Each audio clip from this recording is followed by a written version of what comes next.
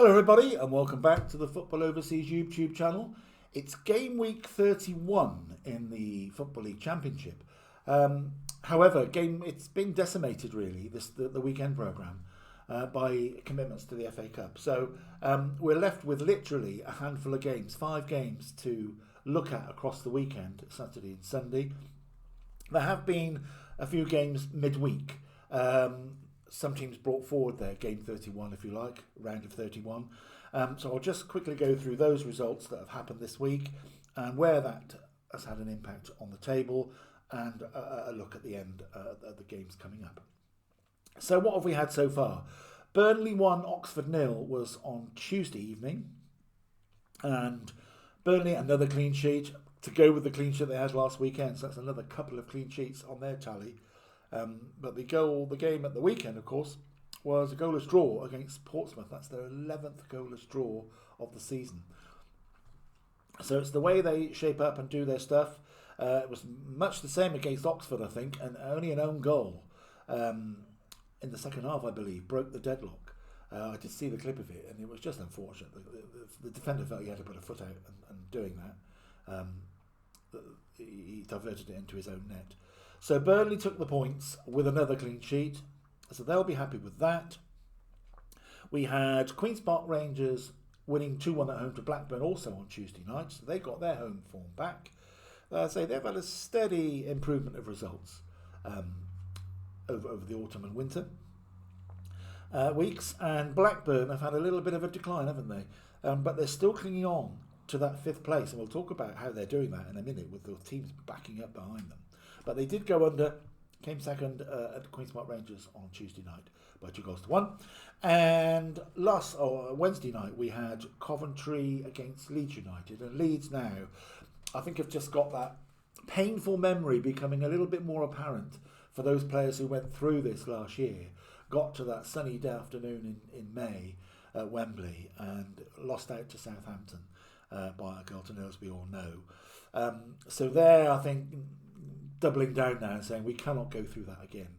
They want to be in the top 2 as a minimum, and they're looking at the moment quite good to take the championship, but that can all change, as we know.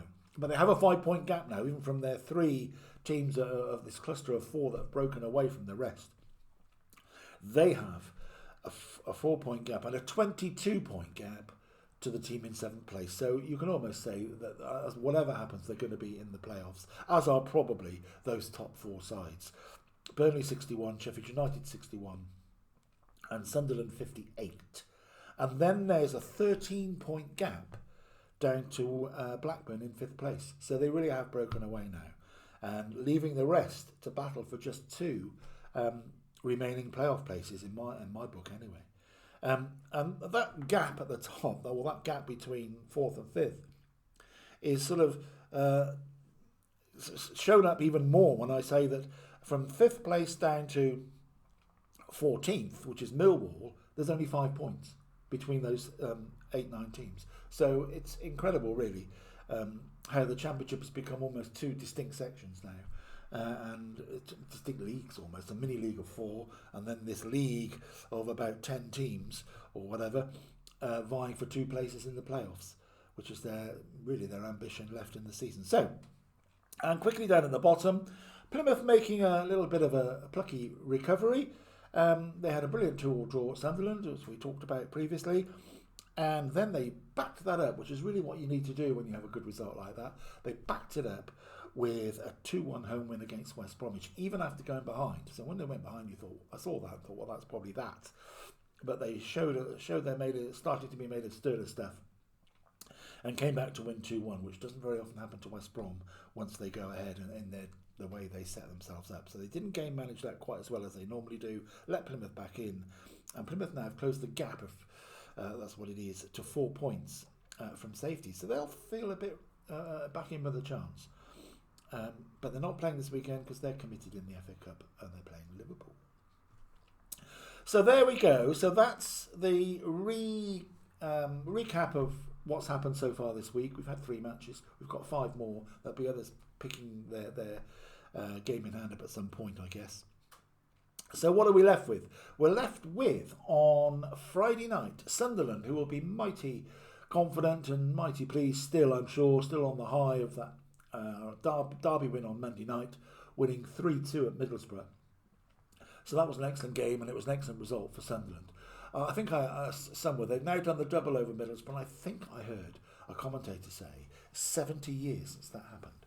So there was much jubilation at the end within the Sunderland camp, and rightly so. When you win a game like that, why not go and really make sure you enjoy the moment?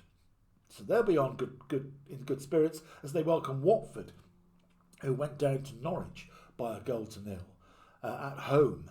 So Norwich's home record, that was almost second to none at the start of the season, has now started to look a little bit shaky, to say the least. So going down 1-0 to Norwich. Watford are one of that cluster of teams that are in that second bracket, if you like. And they will, I don't think they're going to get much change at Sunderland. I'm going to take Sunderland to follow up Monday night's win with another win on Saturday lunchtime. Sunderland 2, Watford 0. Then we have West Bromwich Albion, who, as I say, went 1-up at Plymouth. You thought that was it, but no, Plymouth came back to win, take the points.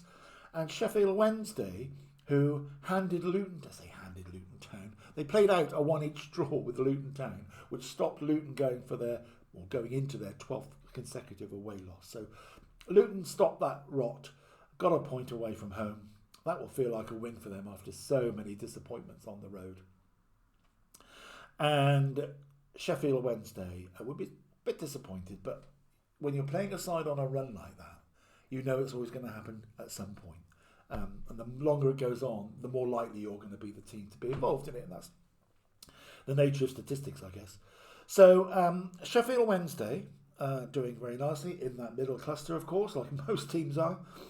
And I think this is going to be a toughie. I think it's going to be, I think Sheffield Wednesday might grab something. And I'm going to take it West Bromwich Albion 1, Sheffield Wednesday 1. 2 to go on the Saturday. First of those is Norwich, who I've already mentioned, beat Watford away from home last week. They're playing the luckless Derby, who have now lost 7 on the trot. Lost to Sheffield United at the weekend. And as I say, I think I said last week, they're not getting outplayed desperately. They're not being, they're not looking outclassed, but they're just not. They're competing in games, but they just can't get a goal at the moment, which doesn't help. But they just can't get that foothold. They can't score first. And when you've had a bad trot, you really need to do that, because if you let a goal in, it's the here we go again syndrome. Bites in, unfortunately. I think that's what's happening a little bit to Derby. I think Norwich will be too good for them on their own patch, and confident will be up a little bit after their win last week. And they're up to 8th place at the moment, so all in that group. So I think Norwich will take the points by 2-0. Norwich 2, Derby County 0. Finally on Saturday we've got Sheffield United against Portsmouth. Portsmouth, as I say, had a very creditable 0-0 draw against Burnley. The 11th in Burnley's case, as I mentioned. So Portsmouth will be good to keep a clean sheet against one of the top sides. That'll give them confidence. They've made some good signings, particularly defensively in the transfer window. Made a few up front as well in midfield, but they seem to be more for the future than for the here and now. But we can only see what they put out and see how it pans out for them. Portsmouth are just 3 points away from the relegation zone, but they've been about that all season. They've been in the relegation zone as well, haven't they, for a while. I don't see this one bringing home any points for them. This is another tricky one. If you remember, they had all this run of games at the start of the season against the top sides, and it's obviously we're going around that loop again a little bit. Burnley last week, Sheffield United this week. I think Sheffield United will take the points. It'll be a tough match for Sheffield United, because Portsmouth, with their new players, will feel a bit revitalised. I'm going to take Sheffield United 2, Portsmouth 1.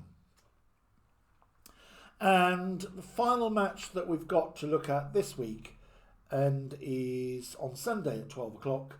It's sort of a local derby, as I think I've said before. Any side involving Bristol and a Welsh team and a Bristol team has a derby feel about it, or a local edge to it.